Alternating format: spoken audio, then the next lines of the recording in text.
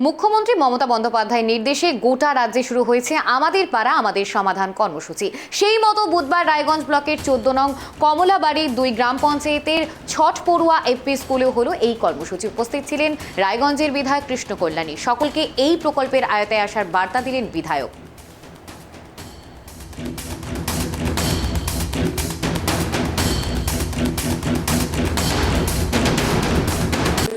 আপনাদের ইচ্ছায় যে কাজে ভাবলেন বেশি থেকে বেশি মানুষ উপকৃত হবে সেই কাজগুলো বলবেন, এখানে নথিভুক্ত হবে আর সেই কাজগুলোই করা হবে।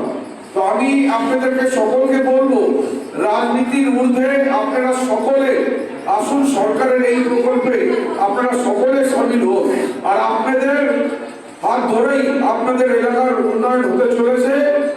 তার জন্য আপনারা আপনাদের এলাকা যারা আজকে ভাবেন এখানে আসতে পারেননি তাদেরকেও আপনারা জানাবেন, অবগত করাবেন পশ্চিমবঙ্গ সরকারের এই অভিনব প্রকল্প সম্বন্ধে। তো আশা করব আপনারা আপনাদের এলাকার সঠিকভাবে নিজেদের মধ্যে বিচার বিমর্শ করে সঠিকভাবে আপনাদের এলাকার উন্নয়ন আপনারা নিজেই করবেন।